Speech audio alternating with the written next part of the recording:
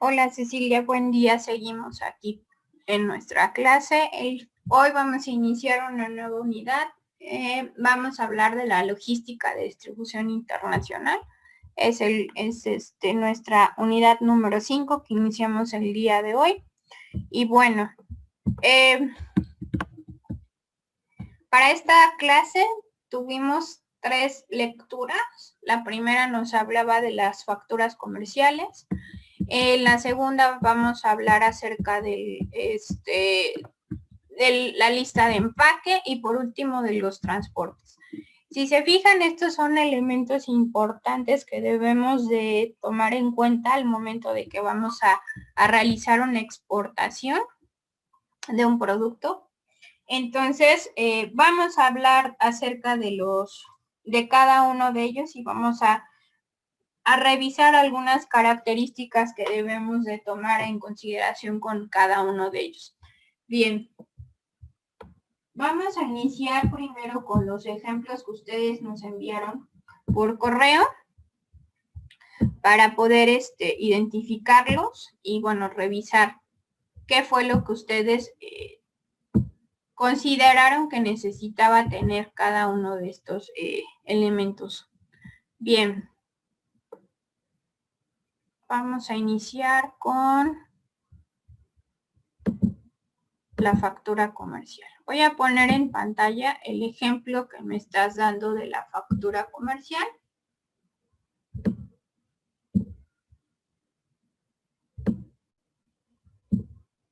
Ok. Bueno, ¿cuáles son los elementos que vemos en tu factura comercial? ¿Y por qué estos elementos deben de estar en la factura comercial? Bueno, yo lo consideré así por experiencias que he tenido en cuestión laboral. Considero que, bueno, primero es importante mantener o poner como en primer lugar cuál es el producto que se está entregando. También algún contacto, ya sea correo electrónico o número de teléfono, la fecha en la que se expide y el número de factura para poder identificarlo. Bueno, en segundo lugar puse el cliente, que sería como bueno, como ya lo veíamos hace ratito. El nombre comercial, pongámoslo así, para que se pueda identificar a dónde estaría llegando nuestro producto. Y en tercer lugar, nuestro contacto dentro de esta, pues de este establecimiento, el departamento, la dirección y el número de contacto, porque, bueno, en algunas ocasiones se puede prestar a que llegue el producto y a lo mejor no sé si tiene que pasar por el área de seguridad, pongámoslo así, o caseta. Preguntan siempre con quién vas, a dónde vas, a qué departamento, porque no tienen como una lista que les identifique, ¿no? O algunos departamentos no hacen o no hacen llegar como el aviso de que va a llegar una carga, pongámoslo así. En tercer lugar, pues puse la descripción de lo que se estaría llevando, porque, bueno, en algunos casos, antes de ingresar, revisan por políticas de seguridad, revisan el cargamento, pongámoslo así, que estaría entrando, y pues ya las unidades, el costo unitario y el precio. Al principio también, en color naranja le puse, pongámoslo así, las condiciones de pago, que sería una factura a crédito, pongámoslo así, de 30 días, que se entiende que, bueno, después del día de la emisión se tienen 30 días para pagar. Y en las observaciones o instrucciones de pago, perdón, le puse pago diferido o en parcialidades, que es la manera en la que se tendría que poner en cuestión de, por lo mismo de que no está pagada la factura al momento de la emisión. Ok, muy bien. Bueno, cuando estamos hablando de una operación internacional, debemos de entender que hay varios elementos que vamos a considerar, porque no es lo mismo una factura comercial nacional que una internacional. Entonces, eso no lo debemos de perder de vista. Bien. La lectura que les puse de Bancomext les hacía referencia a ciertas características que debíamos de distinguir en una factura comercial. Nos comentaba que la factura comercial identificaba tanto al comprador como al vendedor, porque los dos aparecen en el documento con sus diferentes datos. Y bueno, hay que mencionar que la factura comercial es un documento de carácter administrativo y también contable, porque les va a servir a los contadores. Nosotros tenemos siempre un pleito ahí con los contadores, con la información. Entonces, háganse amigos de sus contadores en sus empresas, porque no les conviene tenerlos de enemigo, porque ellos les van a ayudar en muchos aspectos, sobre todo les van a solicitar estos documentos. Entonces, si ustedes no los tienen como ellos los necesitan, vamos a empezar con problemas. Entonces, recuerden que es un documento administrativo de carácter contable, porque les va a, bueno, que ojo, en el caso de una cuestión internacional, pues depende, ¿no? El vendedor es el encargado de realizarlo, o sea, en este caso los exportadores. Y bueno, también bien importante, la factura comercial puede servir tanto como un contrato de compraventa, porque especifica de alguna manera cuáles son las condiciones a las que se están sometiendo tanto el vendedor como el comprador, como un medio de cobro, porque efectivamente, como lo mencionaste en tu ejemplo, aquí nos están aclarando las condiciones para que yo pueda hacer uso de, bueno, indicar en qué momento me tienen que pagar. Y por último, también en algunas ocasiones, para el caso de las facturas antes o la facturación con Norteamérica, puede ser como certificado de origen, ¿no? En algunos casos, o en otros países también se utiliza como certificado de origen. Bien, hay que mencionar también que la factura comercial no está sujeta a ningún tipo de formato en específico, es decir, hay un formato libre. Cada quien la puede realizar como mejor le convenga. Sin embargo, la ONU puso a disposición de las empresas un formato a través de su programa United Nations Electronic Trade Documents, o mejor conocido como UNEDOCS, para que las empresas pudieran utilizar este machote, este formato, que les permita tener los elementos que son reconocidos como necesarios dentro de una factura comercial.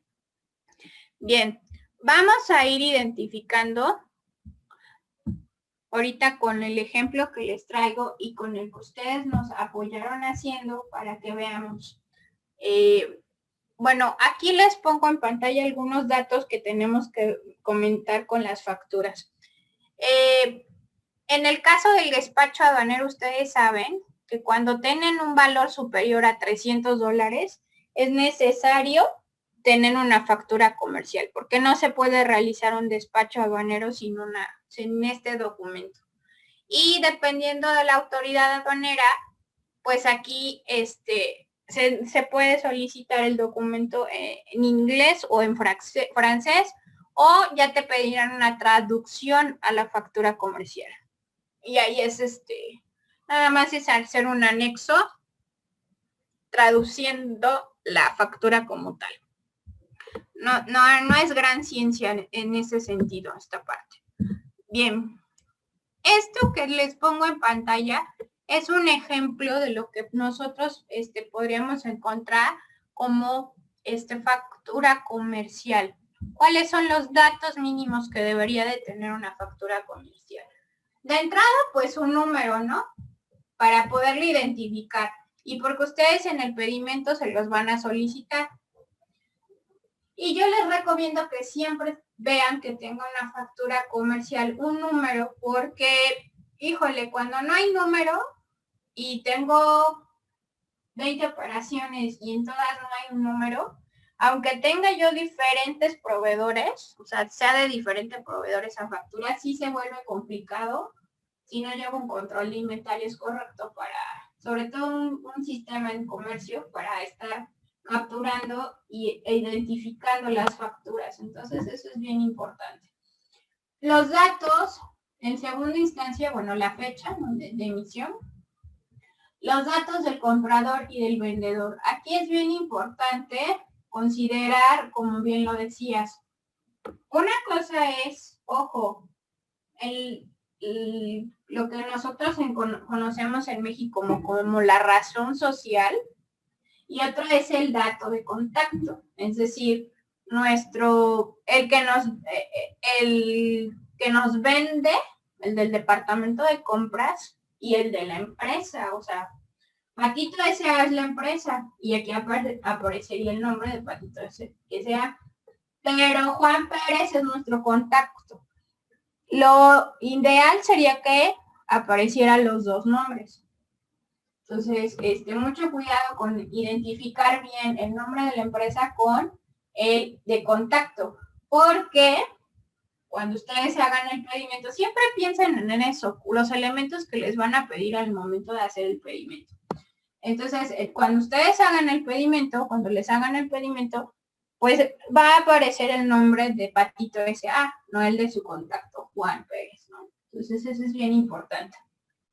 Otra cuestión que también no debemos de olvidar es la cuestión de la identificación fiscal, o sea, el RFC. En el caso de exportación, lo vamos a ver un poquito más adelante, la tenemos fácil, porque si no las quieren dar, pues con lo de la facturación electrónica, hay una opción para poner un RFC que le llaman genérico. Pero en el caso de importación, no. Entonces, ese elemento es bien importante que lo busquen, que se los den sus proveedores. No es algo que quieran soltar. La gente, sobre todo en Estados Unidos y los países asiáticos, son muy renuentes a dar esa información. Pero sí coméntenles que es un dato importante para ustedes, porque lo requieren para la documentación en aduana, y ese campo en el pedimento no puede no llenarse. Entonces, eso es algo que sí lo necesitan. Bien, el siguiente punto que vemos aquí en pantalla es la descripción comercial de la mercancía. Aquí yo tengo que... ojo, hay algunos que le ponen código, pero no entiendan la palabra código como la fracción arancelaria, sino el código de identificación que puede tener el número. Bueno, el producto, eso es importante. O aquí a veces también les pueden poner HS, cuando vean HS se refiere a la fracción arancelaria.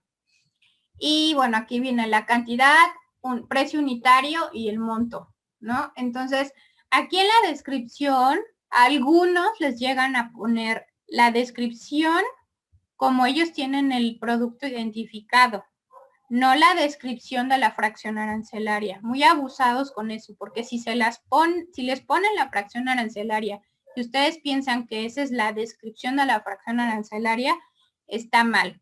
Y bueno, acuérdense que, bueno, hay países que tienen la fracción arancelaria en diferentes dígitos. Nosotros ahorita ya lo tenemos a 10, pero lo teníamos en 8. Hay países que lo tienen en 15. Entonces, ahí ustedes tienen que checar esa información. Y tienen que revisar, ¿no?, que efectivamente lo que les pueden dar ellos como sugerencia no significa que esté correcto. Entonces, ustedes están obligados a revisar el numerito que les están dando. Bueno, también es bien importante la unidad de medida. Si estamos hablando de productos para identificación, eso es muy valioso, sobre todo para cuando vamos a clasificar el producto, es muy, muy importante. Aquí esa es otra cosa que por eso les decía que las facturas comerciales dependen mucho de lo que tú quieras informar, porque en la caso de las condiciones de pago muchas veces no lo ponen, pero sí es importante ponerlo. Y también, indicar la moneda que se está utilizando en la transacción, eso también es importante. Y bueno, en comercio internacional, nosotros aquí agregamos un dato bien interesante, el Incoterm. Eso nos va a servir muchísimo al momento de calcular nuestros incrementables en primera instancia. Y bueno, y el segundo, para detectar las condiciones de entrega que tenemos, ¿no? Sobre la mercancía. También, bueno, algunas te las firman, tienen una firma por acá. Aquí si se fijan, nos está dando los datos para las formas de pago, eso también es importante. Y bueno, aquí en el original, recuerden, que este documento debe de tener varios originales, es decir, tiene el original para el importador, pero también tiene el original para el exportador, pero también el original para la información aduanera, pero el original para los diferentes transportes que se vayan a utilizar. Entonces, váyanle sumando originales desde el momento de emisión. Vamos a ver que en el caso de la factura de exportación para México, solamente tenemos un original por la cuestión de la facturación electrónica, porque no nos permite emitir varios originales. Para nosotros serían copias. Entonces ahí se convierte en un problemita con los contadores, porque la factura que utilizan ustedes para exportación es su factura de ellos. Entonces ahí hay un caso complicado en la cuestión de la facturación electrónica. Entonces, en el caso de IMPO, pues es más fácil, ya lo vimos. Entonces, ¿alguna pregunta hasta aquí con esto de la factura comercial? No, profe, ninguna. Entonces, bien importante detectar estas situaciones. Y bueno, como les decía, aquí le vamos a poner. En el caso de México, los puntos que tenemos que considerar, pues bueno, básicamente recordemos que a partir del 2011 es bien importante, entramos a un modelo de factura electrónica, que es el famoso comprobante fiscal digital por internet, el CFDI. A partir del 2016 es obligatorio el uso de una factura electrónica en operaciones de comercio exterior, sobre todo en el caso de las exportaciones definitivas, o sea, los A1. Y bueno, recuerden que, ¿por qué se hizo esta modificación? Porque el objetivo es hacer una simplificación en materia fiscal de las exportaciones, es decir, que el SAT esté bien enteradito de las operaciones de comercio exterior. Y al estar timbrado con la FIEL, porque eso es algo importante, va a cuadrar la información de comercio exterior contra la información que las empresas utilizan para declarar en cuestión fiscal. Entonces, eso es una cuestión de mucho ojo, ¿no? ¿Qué información debe de tener la factura electrónica de exportación? Por ejemplo, en primera entrada, pues el RFC, ¿no?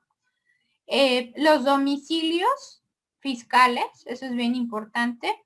El número de folio y el sello digital que les asigna el SAT, eso es otra cosa que también lo tienen en la facturación electrónica.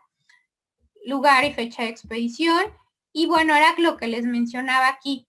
Aquí, en el caso de exportación, si no tienes el RFC de la persona a la que le estás vendiendo, se utiliza un RFC genérico. Aquí sí nos da la opción, pero pero en IMPO nosotros no tenemos ese caso. Ese es un problema. También tenemos que, bueno, te dicen cantidad, unidad de medida, valor unitario, el importe, etcétera. Y aquí sí tienes que mencionar, bueno, cómo te van a pagar. Si es un pago en una sola exhibición, si se van a hacer parcialidades, etcétera. Todo esto aquí es bien importante tener la asesoría de un contador en el momento de elaboración de esta factura, porque ellos nos tienen que ir diciendo, porque lo que les decía, ¿no? Son para efectos fiscales. Entonces ellos tienen que irnos coachando en esa parte. Y aquí bien importante, recuerden que en Expo no hay IVA, es decir, no pagamos IVA. Entonces aquí es bien importante que no se puede cobrar ese impuesto. Entonces eso es algo que debemos de cuidar. También aquí nos piden indicar de qué forma nos van a pagar, es decir, si es un pago en efectivo, si es en transferencia, si hay un cheque, etcétera. Y eso también se debe de indicar. Vean todas las cosas que nada que ver con comercio, pero que afectan a la contabilidad de una empresa. Y bueno, aquí la cuestión es lo que les decía, el número de certificado digital del SAT es como lo que viene en BUSEM, pero por es para las facturas. Y bueno, este es bien importante porque esta factura se transfiere en la ventanilla digital también, al igual que las de IMPO. Entonces, hay que tener mucho cuidado con la facturación electrónica en exportación. Y bueno, por otro lado, lo que también hay que comentar es que no es lo mismo la factura comercial a una factura pro forma. Recuerden que las facturas pro forma son modelos de borradores, o sea, es una propuesta de factura, por eso es pro forma. Entonces, aquí, en estas facturas, lo que van a hacer es informarle de algunos pormenores de la compraventa, pero ojo con esas facturas. Acá en la parte de arriba, voy a regresarme al ejemplo que les tenía. A veces dice pro forma invoice. Entonces, en algunos casos, si ustedes las llegan a aceptar, tienen un carácter legal, porque en ese momento existe ya un compromiso de que todo lo que les están diciendo ahí lo van a hacer. Pero al ser una factura pro forma, también significa que este documento se puede modificar cuantas veces lo requieran. Entonces pueden tener 5, 6, 7 versiones del documento hasta que ambas partes acuerden que ya llegan a un documento final. En el momento en que ya llegan a un documento final, ya podría convertirse en una factura comercial. Entonces, eso es lo que tenemos que cuidar con no confundir las facturas comerciales con las facturas pro forma. Ok, ¿alguna pregunta, alguna duda con esto de las facturas comercial? Sí, profe. Bueno, en la factura pro forma, la que nos mencionaba hace un momento, nos dice que tiene carácter legal, pero también sirve para el área de contabilidad. No sé si, bueno, no me ha tocado ver, pero no sé si esta tenga el folio fiscal, me parece, o el código QR que, bueno, como usted ya bien lo comentaba, los contadores son medio especiales en ese aspecto. Entonces, por estos dos puntos, podría hacerlo así, las rebotan o no las aceptan y algunos otros se ponen muy necios en que a fuerza quieren su factura y aunque eso sirva como un comprobante fiscal, no lo aceptan. Entonces, es ¿esta que nos serviría? El código QR,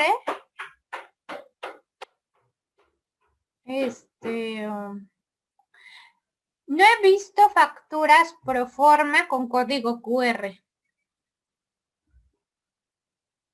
Una, dos, tienen una cuestión, al contador lo que le interesa es que tenga la información fiscal, que tenga bien determinado los precios, porque esos le tienen que cuadrar. Y bueno, ustedes ya le tienen que explicar la cuestión de los incrementables si están declarados y sobre todo la parte de la cuestión de las formas de pago. Eso es lo que le tienen que, si por ejemplo, si van a haber varios pagos por parcialidades, si es pago en una sola exhibición, que les den bien los datos de las transferencias, eso es lo que le interesa.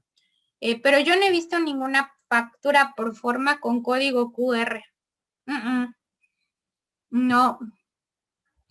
Sí, lo que les decía yo, sí he visto facturas pro forma, pero que no tienen, por ejemplo, el caso de los Incoterms, eso no lo declaran. Y solamente tienen, en algunas facturas pro forma he visto que nos indican, por ejemplo, los datos del transporte. Eso sí lo he visto. O, por ejemplo, también que te dicen, los datos de... Se puede llegar a confundir inclusive con las listas de empaque por el diseño. Pero sí siempre tienen el título de proforma. Entonces, ahí sí se distinguen. Estaba yo, es que creo que no les puse aquí en pero sí hay, bueno, sí es diferente en ese sentido, pero no, yo nunca he visto una factura comercial con una cuestión de, como mencionas, de código QR. No. ¿Alguna otra pregunta? Creo que aquí ya tengo. No, profe, ninguna. Bueno, esto es otro ejemplo. Y esto es lo que les decía del comprobante GIS. Este es para exportación, si se fijan. Este es el código QR, pero este es para exportación. Y es diferente a la que yo les decía de importación. Aquí están los sellos digitales del SAT, que era, bueno, diferente. Porque en Expo sí tenemos esta cuestión del código QR. Pero en el caso de Impo no. Porque acuérdense que en Impo nuestro vendedor nos las está enviando. En Expo nosotros las tenemos que hacer. Y en facturación electrónica hay diferentes tipos de software para poder hacer la factura electrónica, ¿no? En este caso les estoy poniendo aquí un ejemplo diferente. Ok. ¿Alguna otra pregunta? No, profe, ninguna. Ok, bueno. ¿Y qué pasa con el siguiente caso sería la lista de empaque? Bueno, tenemos que considerar que este documento tiene información muy específica, pero en 3 situaciones: en cantidades de mercancía y en la ubicación de la mercancía. Eso es bien importante con una lista de empaque. También es bien importante porque es un documento que va a identificar en la cadena logística. Eso también es básico. Pero, ojo, aquí les puse diferentes tipos de nombres con los que podemos encontrar a la lista de empaque. De hecho, acá también me faltó lista de empaque.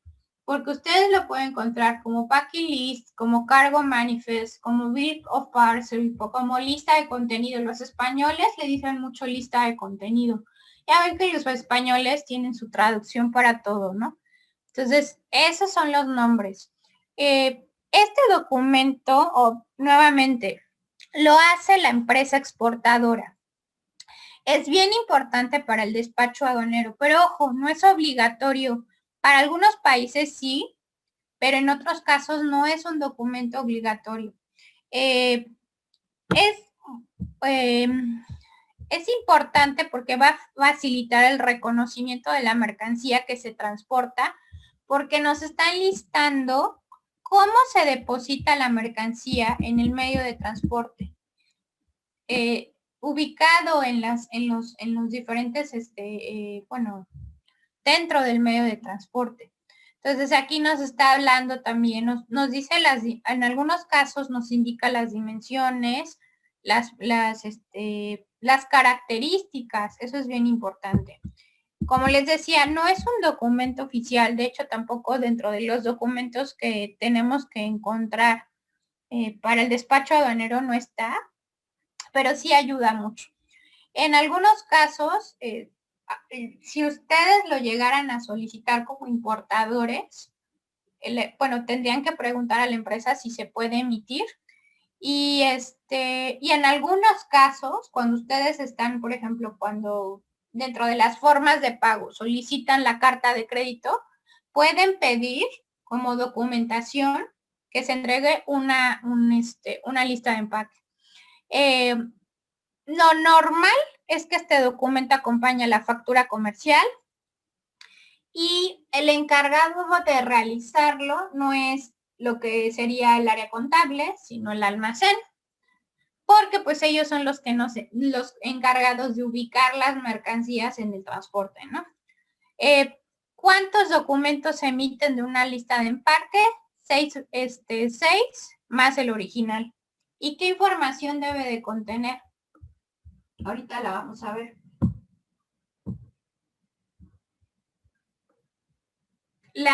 Casi lo mismito, pero ojo, una cosa es, aquí debe de hacer referencia a la factura. Yo puedo tener un número de lista de empaque, pero hace referencia a la orden o a la factura por la cual se está emitiendo. Eso es muy importante. Datos del vendedor y del comprador. Aquí no me importa mucho la información fiscal, porque para eso está la información en la factura comercial. Por eso hace referencia a una factura, ¿sale? Y bueno, tenemos aquí sí pueden ustedes, por ejemplo, como también es un formato libre, yo le puedo poner varias cosas y eso también es dependiendo de la empresa. Normalmente aquí yo también encontraría, por ejemplo, el número de la orden de compra, que en el caso de almacén es más fácil para la identificación. Si hay un contrato también se lo puede poner, ahí depende mucho. Indispensable el número de la factura comercial a la que hace la referencia para la emisión de este documento. Y ojo, la descripción de la mercancía es diferente acá, porque aquí sí puedo poner desde peso bruto, peso neto, dimensiones, si va ubicado en un pallet, en qué pallet va. En algunos casos sí te llegan a poner las dimensiones de las cajas, en otro no, ahí depende mucho, lo vuelvo a decir, en la empresa. También te pueden llegar a poner los números de serie. Yo he visto mucho eso en los productos electrónicos. Siempre en la parte de la descripción de la mercancía te ponen abajo los números de serie. Eso me pasaba mucho con las importaciones de tarjetas electrónicas. Venía aquí la descripción de la tarjeta y abajo los números de serie. Y bueno, ese es muy de mucha ayuda cuando están haciendo el previo en el despacho aduanero. Y eso facilita muchísimo el llevar a cabo un previo más eficiente. Y bueno, también aquí, ojo, nunca van a encontrar, o bueno, sí se llega, pero no se puede utilizar la lista de empaque como factura comercial. Porque sí me ha tocado ver que hay listas de empaque que tienen el precio unitario del producto. Pero esa es una referencia porque puede ser que, por ejemplo, tenga yo el A005 y cuesta 4.50 y el A005A cuesta 4 pesos. Entonces es una referencia también para el almacén, ¿no? Información del almacén, información interna de la empresa. Entonces, sí hay listas de empaque que tienen el precio unitario del producto o el precio total, pero no es obligatorio. Ahí depende mucho. Otra cosa que también es importante es que aquí, en algunos casos sí te llegan a poner el país de origen del producto. Eso también sirve mucho. Y como les decía, normalmente que dicen, o bueno, puede llegar a ser una cuestión de confusión con otro documento que le llaman en se me fue el nombre, espérenme.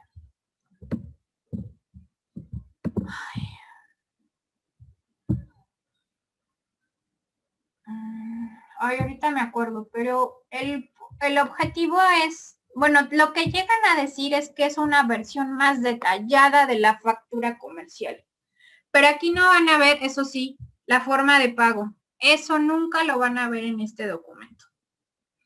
Porque esa información la tenemos, y así lo digo, lo tenemos que encontrar en la factura comercial. Aquí sí les puede poner, como le están ustedes viendo, los datos de la transportación.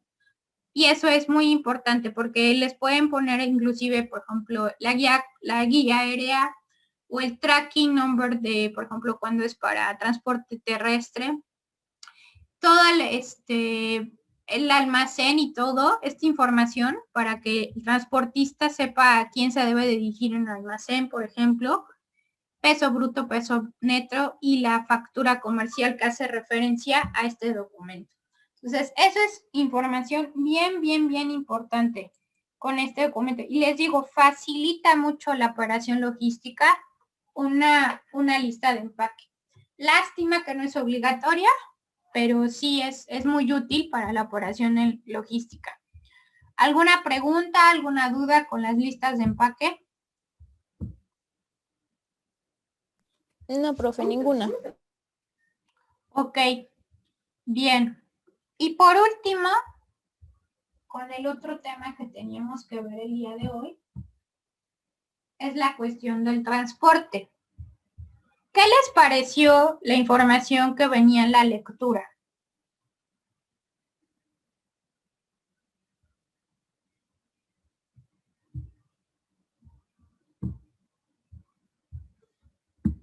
Bueno, a lo que yo pude ver, profe, creo que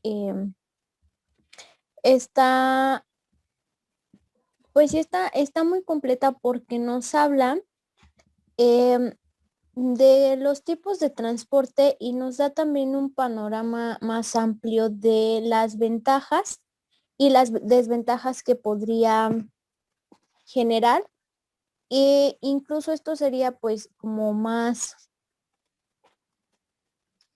fácil, pues sí, ayudarnos a poder elegir dependiendo la premura o qué es lo que se quiere lograr de lo que es la llegada del producto, la transportación del producto con el cliente.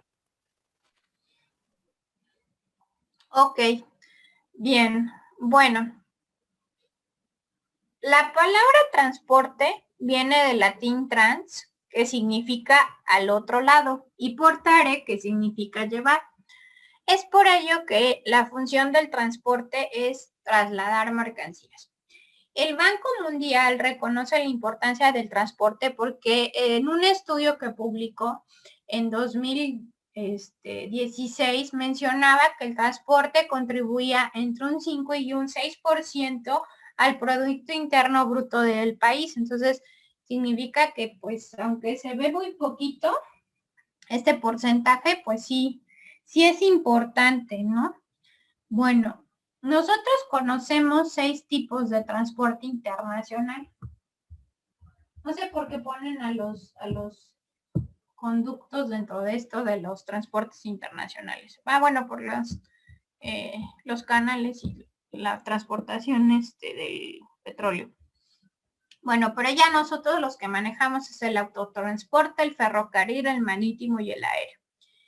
Aquí les estoy poniendo el tips que tenemos que considerar al momento de elegir el medio de transporte adecuado para no solo para nuestro producto, sino para nuestra operación.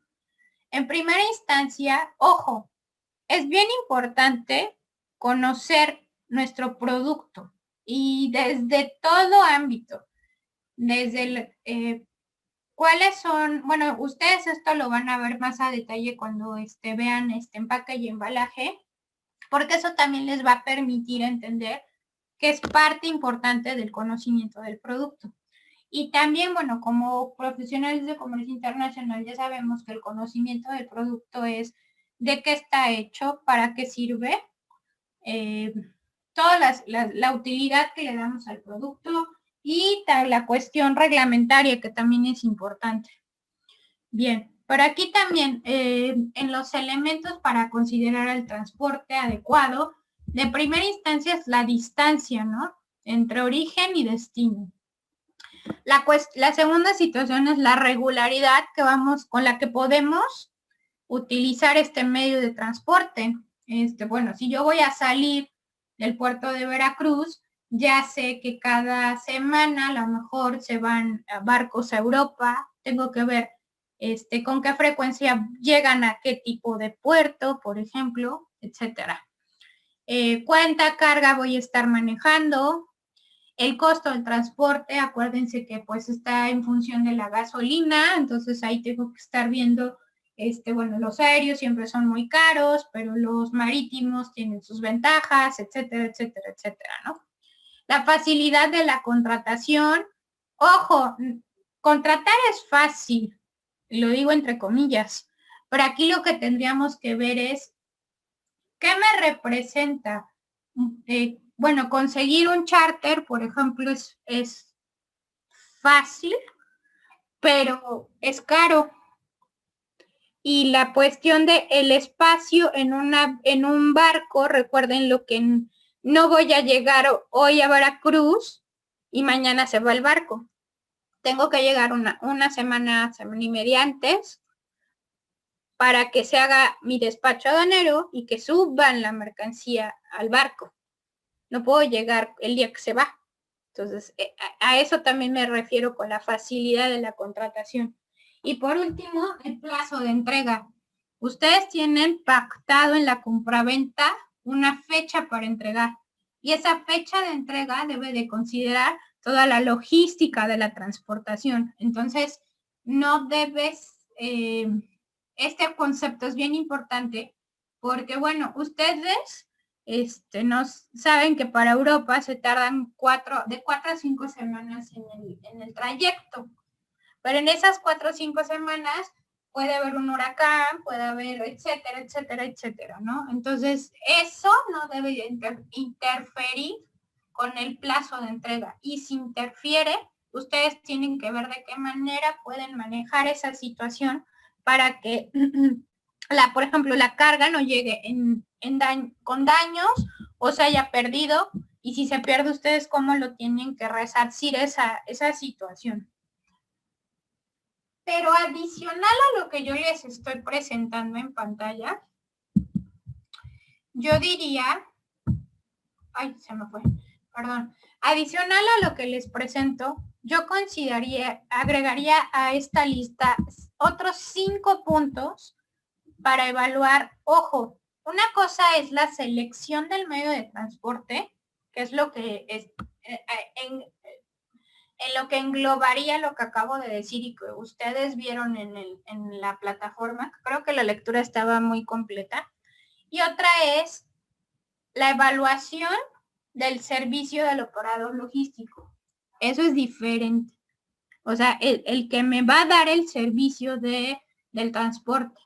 Ya elegí el medio, que este es el adecuado, de acuerdo a las características, de acuerdo a que voy a llegar más rápido, etcétera, etcétera, etcétera. Pero ahora es quién me está ofreciendo ese servicio, cómo lo tengo que evaluar, porque eso también es muy importante. Y esa evaluación me va a permitir también cumplir con los objetivos que estoy planteando en esta propuesta. Primero es evaluar la tarifa que nos ofrece. Ojo, lo barato a veces sale caro. Entonces hay que buscar tarifas que nos proporcionen soluciones óptimas. Es decir, el que nos ofrezca diferentes, como dice, soluciones óptimas para la cuestión, por ejemplo, de la distancia, ¿no? Si yo requiero en una operación urgente pues normalmente voy a necesitar 2 choferes para que se vayan haciendo, si es en autotransporte, un urgente requiere de que llegue yo rápido, ¿no? Entonces, aquí sí necesitaría doble operador para cumplir con el tiempo. Entonces, ahí necesitaría que me ofrecieran una tarifa cumpliendo con esta situación de un doble operador, por ejemplo.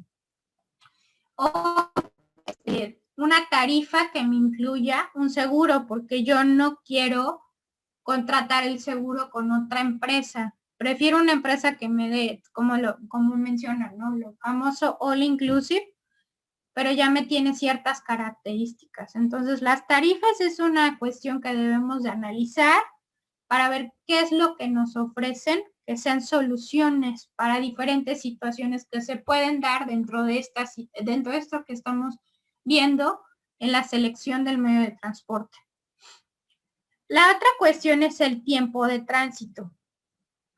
Aquí, bueno, depende mucho también de la empresa que estamos contratando, las opciones que nos tengan para darnos diferentes posibilidades. Por ejemplo, si tenemos contratado un barco y después me subo a un avión o después me subo a un tren, por ejemplo, ¿con qué frecuencia van a ir saliendo estos medios de transporte para que mi mercancía pueda cumplir con su plazo de entrega?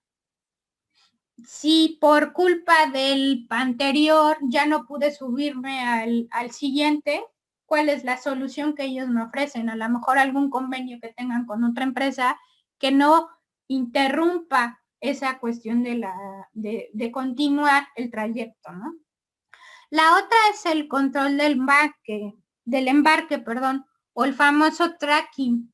Ese es bien importante porque qué angustiante es que tú como cliente no puedas estar checando en dónde va tu mercancía o qué le pasa a tu mercancía, si ya se subió al siguiente medio. Y más si utilizas diferentes medios de transporte para trasladar tu mercancía. Entonces el tracking es vital y bueno, y si no hay, ¿quién te va a estar ofreciendo esa información? La cuestión de la seguridad y responsabilidad. Aquí es bien importante. ¿Cuál es la incidencia que tiene esa empresa en cuanto a accidentes? ¿Cómo resuelven los reclamos, las pérdidas, los daños? ¿Cuál es el servicio que te ofrecen en ese sentido? Tú checar, verificar, esa parte es muy importante y sobre todo ver cuál es la actitud que te ofrecen frente a frente a estas situaciones que puede ser que sean ajenos a ellos o puede ser que como sea, es un accidente, entonces, pero ver cuál es la actitud, cuál es la eficacia, la eficiencia que tienen frente a estas situaciones. Otro punto importante que yo agregaría dentro de esto es el servicio de atención al cliente.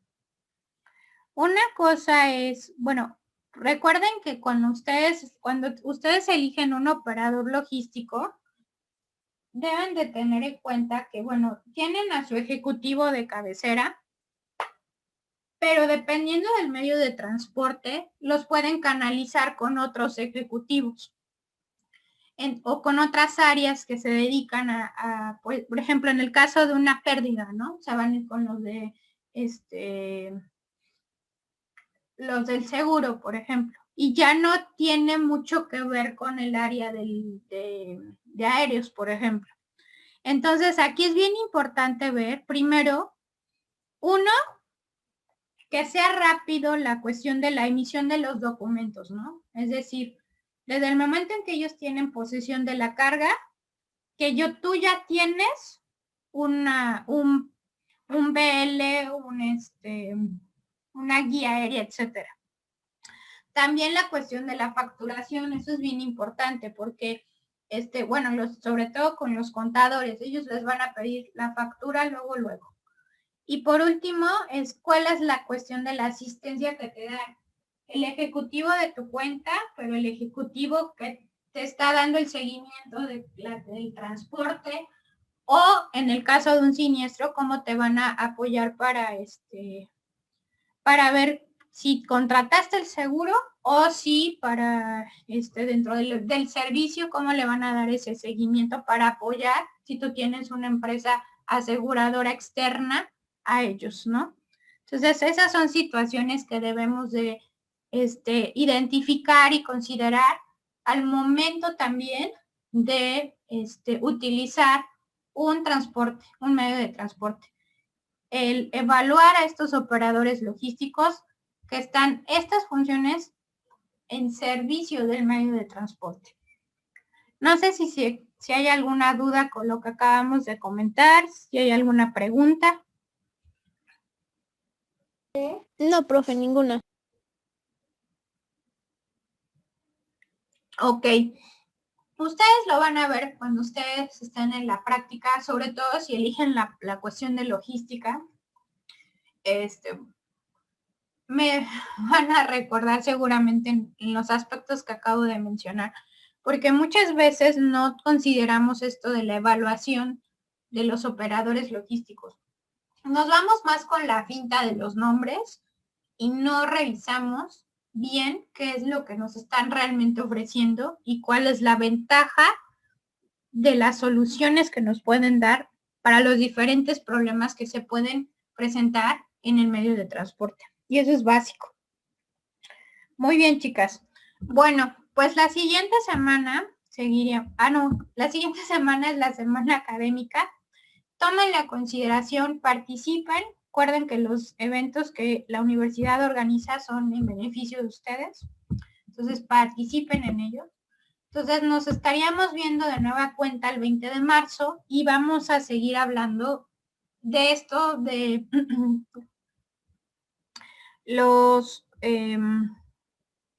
de esta unidad 5 que nos habla precisamente de la logística de distribución, y ahora vamos a ver a los seguros y a los agentes de carga. Entonces, la próxima semana les doy las indicaciones para lo que tendríamos que hacer y bueno, y haríamos un ejercicio rápido. Ustedes ya vieron despacho habanero, entonces vamos a hacer una actividad con esa parte. Bien, ¿alguna pregunta, alguna duda con los temas que vimos el día de hoy? No, profe, ninguna. Ok, bueno, pues para cerrar solamente mencionar que el día de hoy vimos dos documentos muy importantes dentro de la logística de la distribución, que es nuestra unidad de esta clase. Vimos la factura comercial, vimos cuáles son los elementos que debemos de cuidar mucho con este documento. Vimos también la importancia de la lista de empaque dentro de la operación de logística.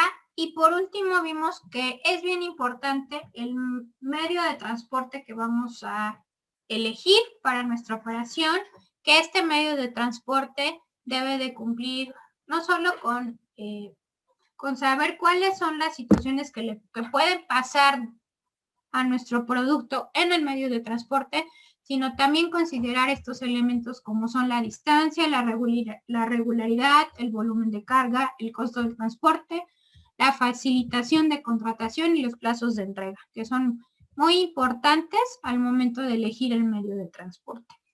Muy bien.